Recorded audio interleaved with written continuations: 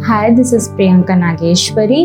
I am an art practitioner और मैं उड़ीसा से बिलोंग करती हूँ, बट करेंटली मैं दिल्ली में रह रही हूँ। मेरा काम ज़्यादातर ऑयल ऑन कैनवस पे होता है और ज़्यादातर मैं काम ज्योमेट्रिकल एब्स्ट्रैक्शन, डिस्टॉर्टेड फिगर्स में वो इमोशन डालने का कोशिश करती हूँ। लेयर्स पे काम करना पसंद करती हूँ, जिस तरह मैं वाइप भी कर सकूँ, हल्के ऑयल के कुछ स्टैम्प्स लगा सकूँ, वो मेरे हर पेंटिंग्स में लोग देख पाएँ ताकि वो पहचान पाएँ वो सारी चीज़ें।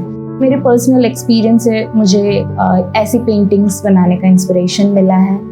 पहले तो ये था, मैं कॉलेज ऑफ आर्ट में एडमिशन लेना चाहती थी, बट फिर कुछ हेल्थ कंडीशंस ने वो स्विटेबल बनाया नहीं और फिर एजुकेशन भी प्रॉपर हो नहीं पाई थी। कॉलेज ऑफ आर्ट तो एक मेरे लिए ना ही था, तो ऐसा सारा स्कोप छूट गए थे कि मैं कभी आर्ट फील्ड में आ भी पाऊंगी या नहीं, या मैं इसके लिए बनी भी हूँ या नहीं। बट देन मुझे अश्विनी सर DCA के बारे में पता चला, तो मैं आई यहाँ। फिर यहाँ का जो मैंने माहौल देखा, ऐसा भी एक आर्ट कॉलेज हो सकता है अगर वैसा ही पढ़ाई मुझे यहाँ भी मिल रहा है। एक कंफर्टेबल सिचुएशन में वो फ्रीडम दी थी कि नहीं, तुम जैसे भी काम करो, अगर तुम्हें लगन है काम करने की तो तुम कर सकती हो। तब एक उम्मीद की एक किरण जागी। फिर मुझे लगा कि नहीं, अब करना चाहिए। तो ऐसे DCA का पता चला और ऐसे मैं DCA में आई।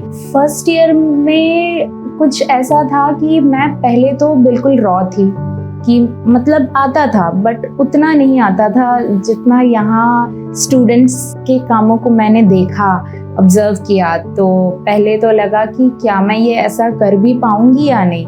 टीचर्स ने काफ़ी मोटिवेट किया मुझे कि नहीं Priyanka, you can do it. तो फिर सुमित सर भी थे, पुष्पा मैम भी थी। देन काफ़ी अच्छा एक्सपीरियंस रहा। पहले ग्रेफाइट से शुरू किया, फिर धीरे धीरे जो रियलिज्म और फिर नॉर्मल फ्री हैंड स्केचिंग हो गए, और सारी चीज़ क्या क्या चीज़ ज़्यादा ज़रूरी है आर्ट फील्ड में, किस तरीके से बैलेंस, हार्मनी और ये सारी चीज़ें। वो एक बेसिक सी शुरुआत थी मेरे लिए, और शायद वो मेरा अगर स्ट्रॉन्ग नहीं होता, वो फाउंडेशन होता है ना, तो जब आप प्राइमरी में भी स्कूल में रहते हो, तो भले आप nursery, pre nursery, KG1, KG2 में क्लास 1, वो टीचर्स को लोग हमेशा ये करते हैं कि नहीं, वो भूल जाते हैं। तो मेरे लिए पुष्पा मैम, सुमित सर, ये लोग ने जो मुझे वो फाउंडेशन दिया है, और ये भी अश्विनी सर के थ्रू ही पढ़े हैं, वैसा ही गाइडेंस मुझे इन्होंने भी दिया, और मैं ये कभी नहीं भूलूंगी डेफिनेटली।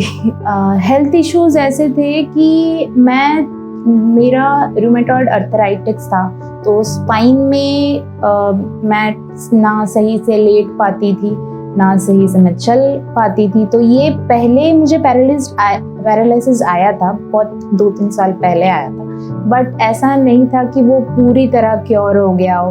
अगर मेरा स्ट्रेस ओवरलोड हो जाता है, then panic attacks and all, तो ये सारी चीज़ें। बट मैं अंडर ट्रीटमेंट थी तब भी, बट फिर भी काम करना था, तो बिना टेंशन के, बिना किसी चीज़ों के, बस काम में ध्यान था। और आउटडोर में भी सर ने काफ़ी बोला कि तुम्हें अगर जाना है हमारे साथ तो चलो, तुम जैसा कंफर्टेबल हो उस तरह से चलो, और कोई ज़्यादा ज़ोर ज़बरदस्ती था नहीं। आउटडोर के एक्सपीरियंस भी बहुत अच्छे थे, कि जो इंडोर पे जो स्टडी आपकी होती है, आउटडोर पे उसका पूरा ऑपोजिट होता है। कॉलेज आपको क्या करता है ना, कि एक बार डायरेक्शन दे देता है, गाइडेंस दे देता है, अब वो हमेशा आपको पकड़ के नहीं लेके जाएगा।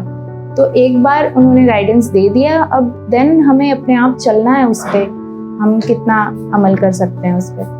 एनुअल फंक्शन मैं 3rd आई थी। मैं एक्सपेक्टेड नहीं था, क्योंकि काम आई थिंक सबने ही काफ़ी मेहनत की थी। हमारा जो बैच था उसमें काफ़ी अच्छे स्टूडेंट्स थे, और सब लगन से काम करते थे।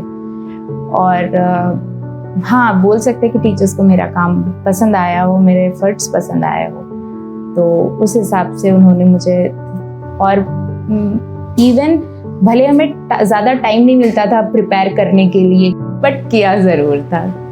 फर्स्ट ईयर में एग्जीबिशन हुआ था हमारा ललित कला एकेडमी में, और उसमें मेरे एक स्टील लाइफ लगी थी, एक ऑयल पेंटिंग में थी और एक लैंडस्केप में थी।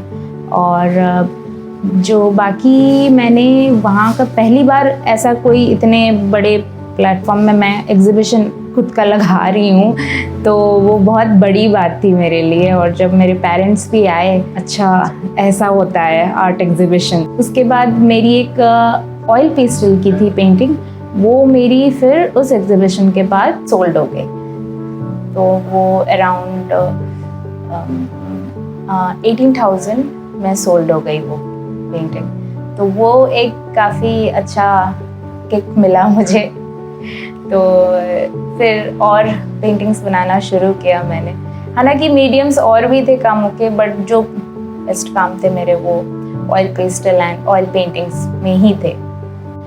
जैसे कि हर एक आर्टिस्ट कोई भी चीज़ बनाता है, अगर मान लो हम डिस्टॉर्ट भी कर रहे हैं तो हमारे सराउंडिंग में जो चीज़ें होती है आप उन्हें ही ज़्यादा मतलब उसी का हेल्प ले पाते हो। तो जो मेरे आसपास था, जैसे मेरी मासी, मेरी मम्मी, या फिर मैं मिरर में देख के या तो बस जो आसपास था मैंने उसे ही डिस्टॉर्ट किया था। और जो मैंने पहले लेआउट्स बना लिए थे उसको बाद में मैंने कंपोज उसे किया कि मैं उसे कैसा फिट करूँगी एंड ऑल। तो पहले बाद में इंटीरियर के साथ खेला मैंने। मनीष सर ने काफ़ी हेल्प किया मुझे कि इंटीरियर के जिस तरह का तुम काम कर रही हो, जिसके पर्सपेक्टिव तुम तोड़ रही हो, ये ऐसा काम है। पहले के आर्टिस्ट जो ऐसे कंटेम्प्रेरी में काम किए थे कॉन्सेप्चुअल में, उनका काम देखो, उनका काम स्टडी करो। तो फिर मैं रुक गई थी थोड़ा काम से। मैं तब स्टडी करने लगी थी, रिसर्च करने लगी थी कि हाँ पहले के आर्टिस्ट लोग कैसे काम करते थे। फिर थोड़ा पढ़ा उनके बारे, तो हर आर्टिस्ट का एक अलग अलग नज़रिया पता चलने लगा। तो फिर जो मुझे सही लगा उसमें मैंने कुछ मैशअप करके वो फॉर्म करके मैंने डाला। जो सबसे ज़्यादा पसंद है वो मेरी जो सेल्फ पोर्ट्रेट जिसमें मैंने की है, वो मुझे अच्छा लगता है। और उसको जिस तरह मैंने डिस्टॉर्ट किया है वो कि ताकि उससे मैं एक इमोशन जोड़ सकती हूँ कि जब मैं एक उस फेज़ में थी, डल फेज़ में, तो मैं तब क्या करना पसंद करती थी। मैं एक अंधेरे रूम में बैठना पसंद करती थी। हालांकि ये सिचुएशन हर किसी के लाइफ में आया है, कोई इंसान ऐसा नहीं है कि जो कभी टूटा ना हो तो वो हर वो चीज़ वो फील कर सकता है। तो इसीलिए मैंने उसको घर में अंधेरे कमरे में हल्की सी रोशनी आ रही है, बट ऐसा भी है कि उस रोशनी के तरफ आप फेस नहीं कर रहे हो, आप ऑपोजिट जा रहे हो, क्योंकि उस डल फेज़ में आपको पता होता है बट आप चाहते नहीं हो कि आप उधर जाओ, मुझे अकेला छोड़ दो काइंड ऑफ। तो मैं वो इमोशन दिखाना चाहती थी उसमें मैंने डबल फेसेस भी बनाए। रीज़न कि आप दुनिया वालों को क्या दिखाते हो और आप अंदर कितने टूटे हुए हो, कितने सहमे हुए हैं, वो आप ही सिर्फ जान सकते हो। या आपके जो क्लोज भी है ना, वो भी उस तरीके से महसूस नहीं कर सकते जितना आप महसूस कर सकते हो। फाइनल डेज DCA में काफ़ी अच्छे थे, इमोशनल भी थे क्योंकि वो पल को छोड़ना थोड़ा मुश्किल था, क्योंकि एक ज़िंदगी जैसे जुड़ सी गई थी DCA से। एक फैमिली की तरह बन गई थी। पर ये था कि अब ग्रो करना है। और धीरे धीरे उसके बाद मैंने परफॉर्मेंस आर्ट के बारे में भी थोड़ा रिसर्च किया, उसके बारे पढ़ा। मेरा एक परफॉर्मेंस आर्ट भी है, मैंने एनुअल कार्निवल में किया था, अभी जो ललित कला एकेडमी में हुई थी। कभी टाइटल था हु आई वॉज। मेडिसिन्स पे लेटी हुई थी और उसके क्रॉस करके मैं आर्ट की दुनिया में कैसे पहुंची और मैंने अपनी ज़िंदगी में रंग कैसे भरा। आर्टिस्टिक से मॉडर्न आर्ट तक फर्स्ट और सेकेंड ईयर डिप्लोमा में DCA के साथ मेरा एक्सपीरियंस बहुत ही शानदार रहा। जो कुछ भी मैंने यहाँ सीखा और जो लेसन्स मिले, उनके लिए मैं हमेशा आभारी रहूँगी, स्पेशली अश्विनी सर के लिए। I would like to assure art enthusiasts and students जिन्हें अपना करियर बनाना है आर्ट में, वो सभी लोग DCA ज़रूर ज्वाइन कर सकते हैं और बेस्ट कंटेम्प्रेरी आर्ट का एक्सपोजर लिख सकते हैं। Thank you.